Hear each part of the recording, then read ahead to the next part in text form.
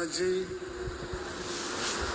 First Lady, Vice President and Second Lady, Chief Justice, Prime Minister of the Government of the Republic of Barbados, and members of the Beijing delegation, members of the Council of State, the Chief of Staff at the Office of the President and officials of the Presidency, Central Regional Minister, Ministers and Deputy Ministers of State, Members of Parliament, Metropolitan, Municipal and District Chief Executives, Chief of Defense Staff of the Ghana Armed Forces, Inspector General of Police, Service Chiefs, and members of the Diplomatic Corps, President and members of the Central Regional House of Chiefs, Omahini of Ogwe Traditional Area and other traditional rulers, residents of Cape Coast, fellow Ghanaians, ladies and gentlemen. Today marks the 65th anniversary of our nation's independence, and it is wholly appropriate that we should gather in this historic city of our country to commemorate this special day when 65 years ago at midnight on 6th March 1957, our dynamic leader, our first president, the celebrated Kwame Nkrumah, proclaimed at the Old Polo Grounds in Accra the immemorial words, "Ghana, your beloved country, is free, free forever."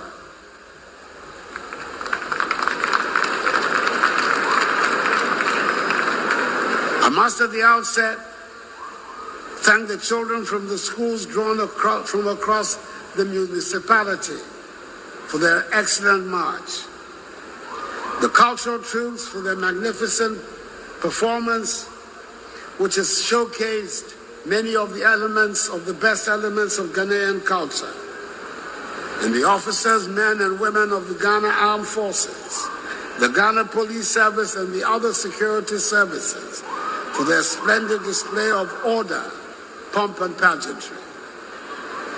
It has been a grand spectacle, and I'm glad that I've been able to bring our distinguished guest of honor, one of the great figures of the Caribbean politics, the Prime Minister of the Government of the Republic of Barbados, Her Excellency Mia Amon Motley, QC, to witness this for herself.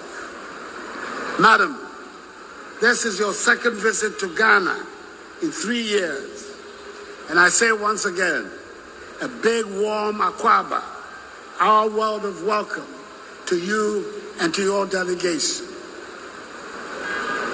Whilst welcoming you, I also congratulate you on your spectacular victory in the recent general elections in your country.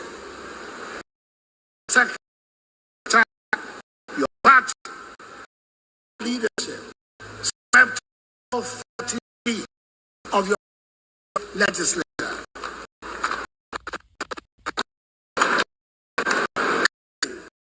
In the new patriotic party have more than the Barbados party. Above all, congratulations sharing your country from the stages of a dominion to that republic. On 30th November 2021, severing all former connections to the former colonial power. Barbados today stands proud and united before the world. Relations between Barbados back centuries, founded originally on the basic platform of the democratic and humane Atlantic slave trade, which had cast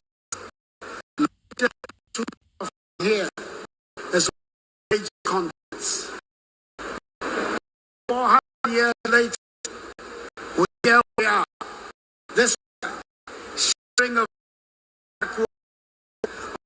sides of Atlantic leverages hard work, enterprise, creativity, to gain mutually beneficial trade and investment cooperation that will guarantee the prosperity and dignity of Black people the world over. And Prime Minister, you present with us on our special day is eloquent testimony to the fact that despite the nations of common enemies, the bonds between those of our country and those in the diaspora America are insoluble. And where this century grows strength. The time for the peoples of the world is here. I wish you to stay amongst us, madam. Even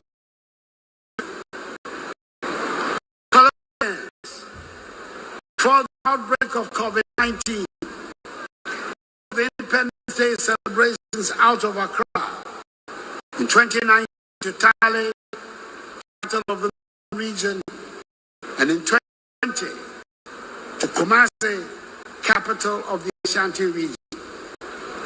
Both were huge successes.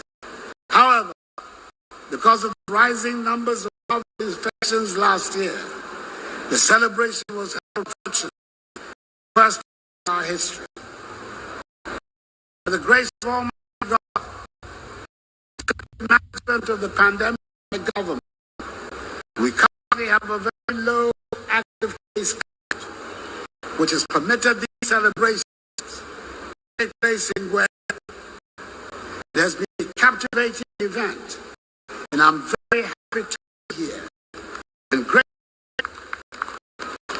cooperation with traditional authorities, by the Omani of the Ogwa traditional area, Saberi Kwesi II, who has been our gracious host.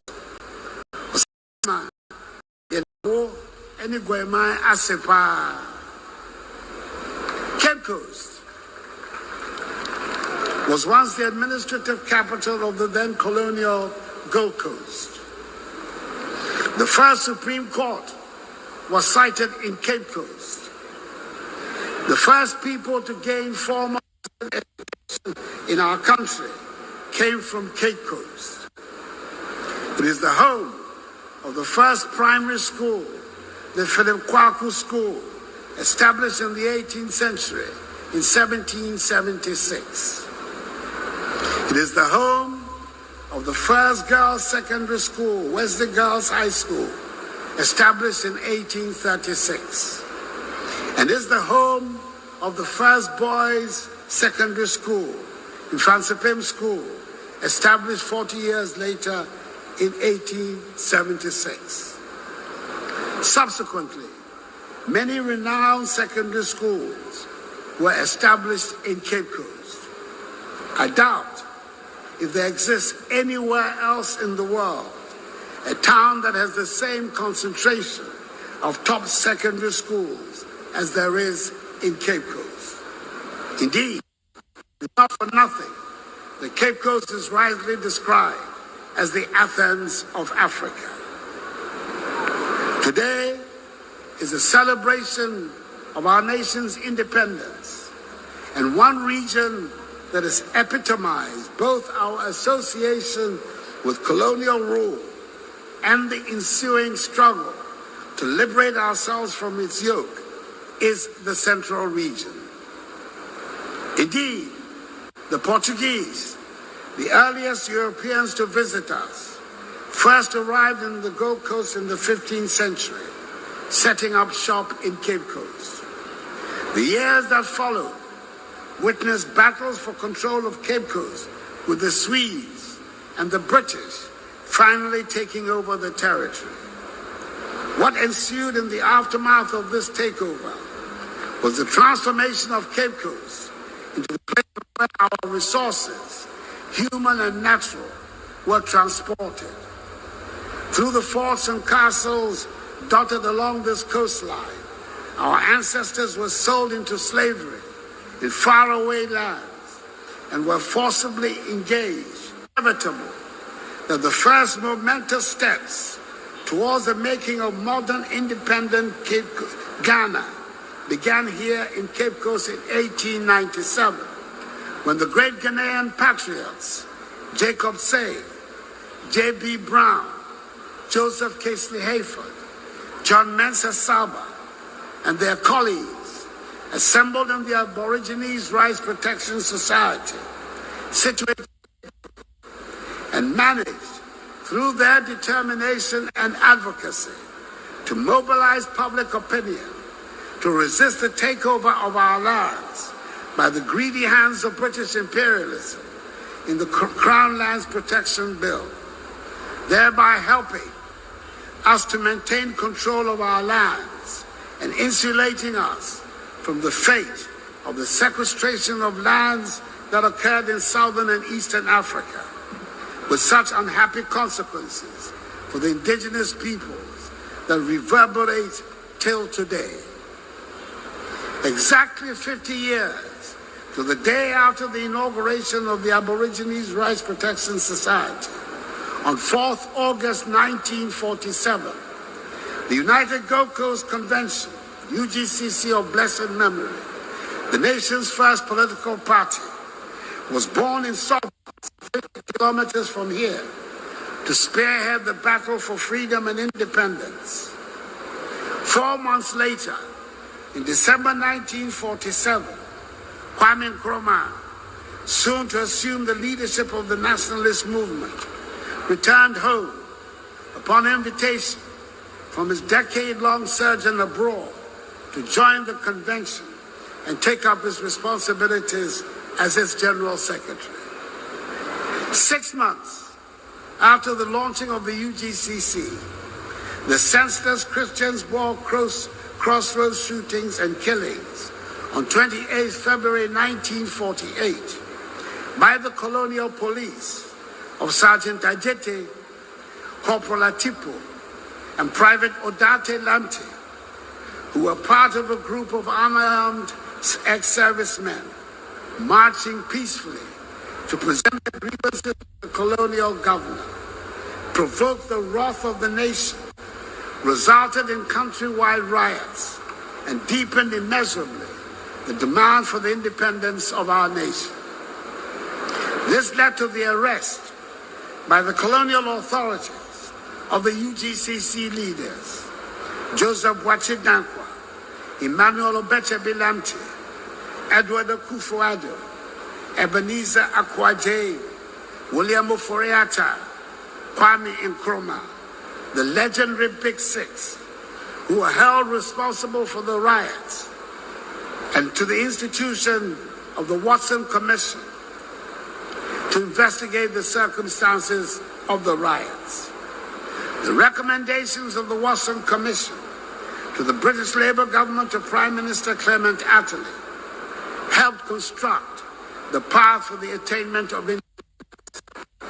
These and other events, including the founding of the Convention People's Party and the declaration of positive action, led to the emergence of Kwame Nkrumah as the leader of the nationalist movement in succession to J.B. Dankwa. He led it with verve, and on 6 March 1957, stood at the old polo grounds to make the historic declaration of Ghanaian freedom, for which the Ghanaian people will forever remain in his debt.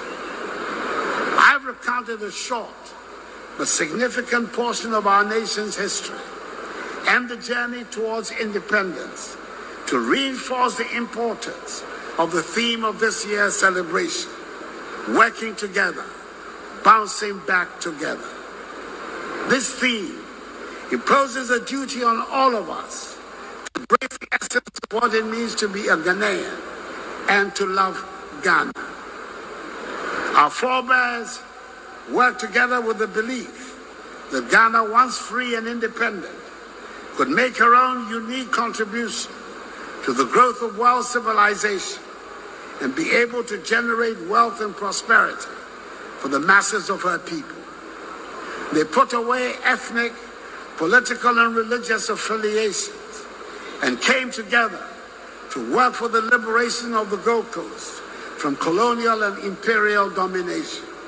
Each one of them contributed their quota towards the free, independent Ghana in which we now live. All of us gathered here, and millions out there, inside our borders and outside, share this love for the place we call home. What is that ultimate statement of patriotism? Most people would say, my country, right or wrong. In fact, as the distinguished orator and Senator Carl Schultz elaborated in the 19th century, my country, right or wrong. If right, to be kept right, and if wrong, to be set right. When we make wrong choices, we must act to set things right. When those put in charge of affairs, of running affairs, get it wrong, we must have the courage to say so. That is our patriotic duty and calling. But we must not at any given opportunity run down our nations merely simply because we can, or to achieve a narrow parochial and partisan interest. The democratic system of governance should operate, acknowledges that we're bound to have differences of opinion on the way forward for our nation. We must, however, recognize that the expression of those diverse views should not undermine the fundamental unity we need to forge to advance the cause of our nation. In the words of our unofficial national anthem, composed by the legendary Ife Mamu, Edrume ene wonsoso si ebeyebi atwaso. Fellow Ghanaians, for the last 2 years, we have seen as a result of the COVID-19 pandemic, the disruption of the global supply chain and the global financial system, the opening up of a huge funding gap in virtually all countries, the erosion of fiscal space, the widening of the fiscal deficit, and increased public debt levels. Simply put, there are difficulties everywhere in the world. We're seeing increasing global freight rates, rising crude oil prices, which means rising fuel prices, rising costs of items on the market as a result of inflationary pressures, and the depreciation of currencies. And as much as these are happening in all countries around the world, the government of Nana Addo has not thrown up its hands in despair. We're not looking for the easy way out. We're determined to become even more self-reliant and in the process find Ghanaian solutions to Ghanaian problems. As already we have made considerable progress towards this end. Today, Ghana is a net exporter of foodstuffs, thanks to the success of the program for Planting for Food and Jobs.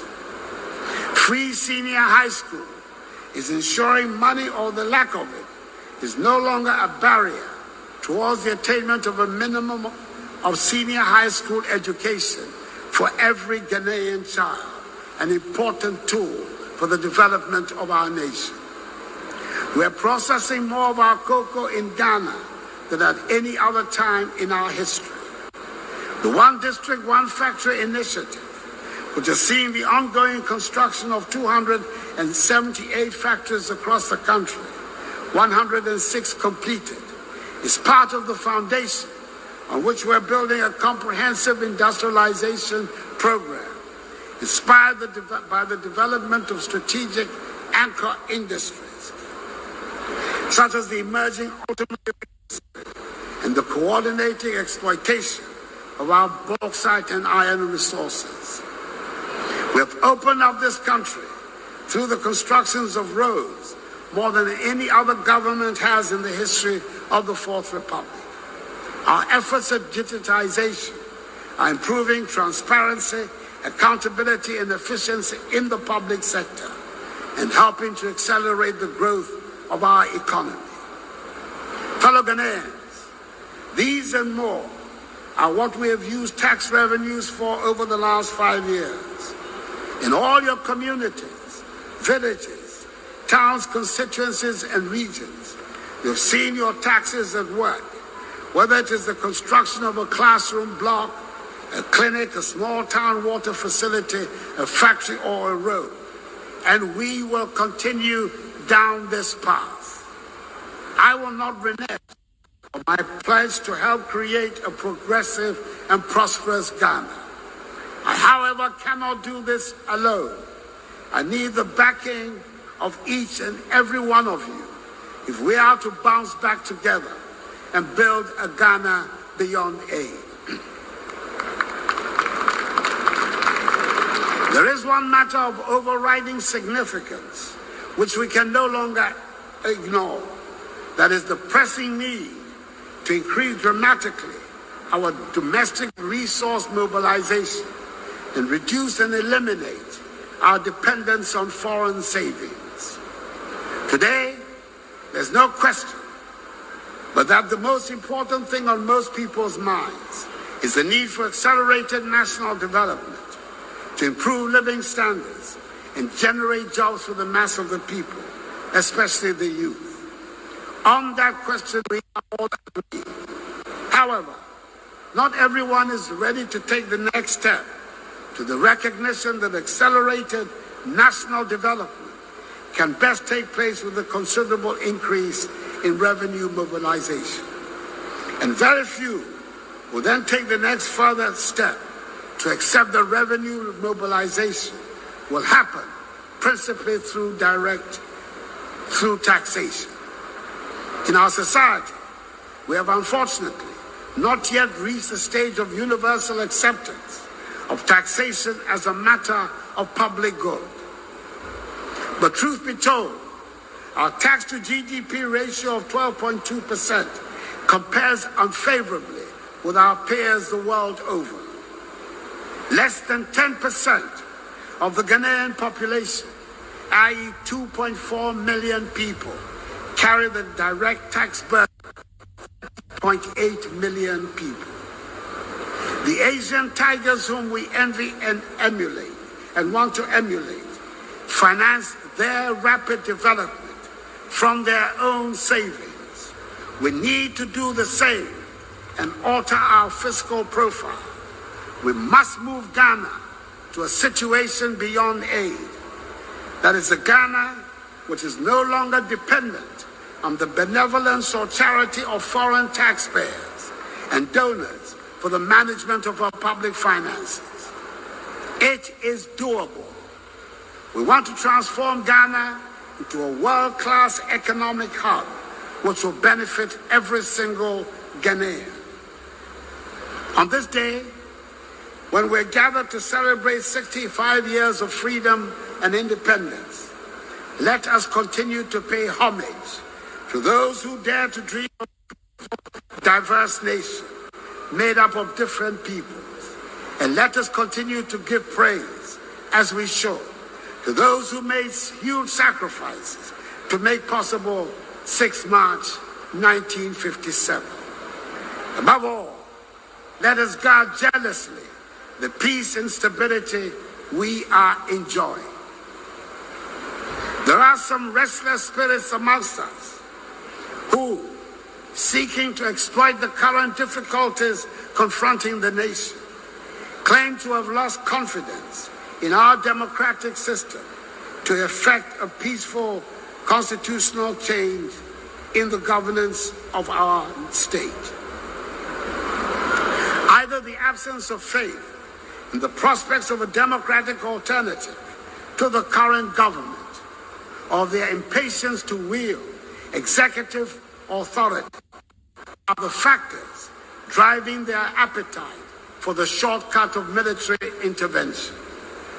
Whatever be the case, they seem ready to jeopardize the hard-won reputation of our country as a beacon of democracy and stability in Africa, and indeed in the world, in order to gratify their personal ambitions ambitions which show little or no respect for the capacity of the Ghanaian people to change, when necessary, their government peacefully through the ballot box, something they have done on 3 separate occasions in the 29-year life of the Fourth Republic.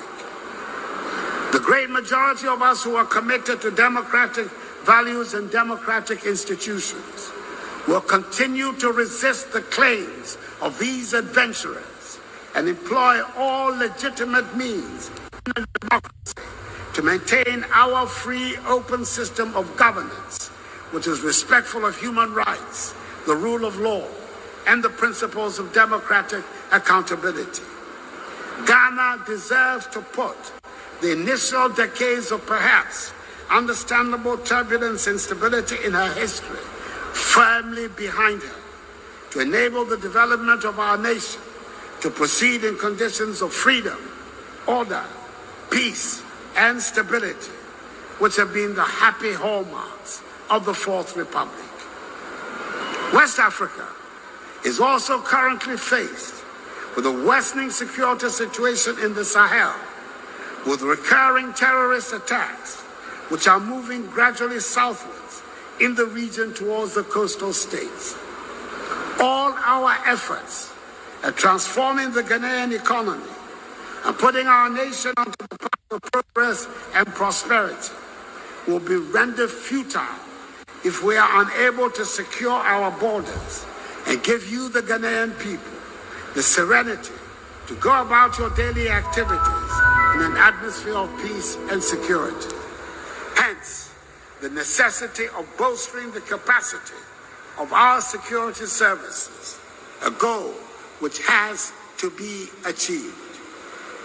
As President of the Republic, I assure you, the government is determined to do everything within its power to guarantee the nation's territorial integrity and ensure the safety of citizens. I urge you, my fellow Ghanaians, also to cooperate with our security services and give them maximum support in the discharge of their important duties. When the citizenry and security services work together, assured of our safety and security, and then we can channel all our energies and resources into building a progressive and prosperous nation, the Ghana of our dreams. I do not underestimate the challenges with which we are confronted, but I am strong in my conviction that we can overcome them. I know we are capable. I believe in the can-do spirit of the Ghanaian, the first people in sub-Saharan Africa to rid ourselves of the shackles of imperialism and colonialism.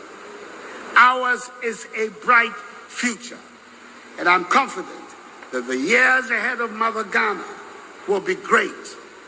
Let us work together and bounce back together. The battle is the Lord's.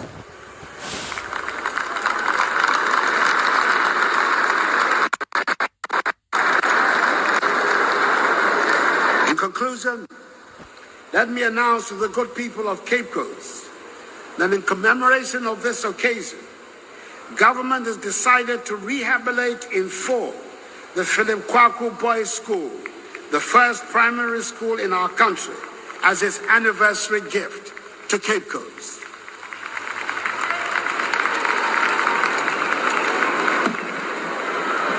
Fellow Ghanaians, happy 61st Independence Anniversary celebration. May God bless us and our kith and kin in the Caribbean and in the Americas. And may God bless our homeland, Ghana, and make her great and strong. I thank you for your attention.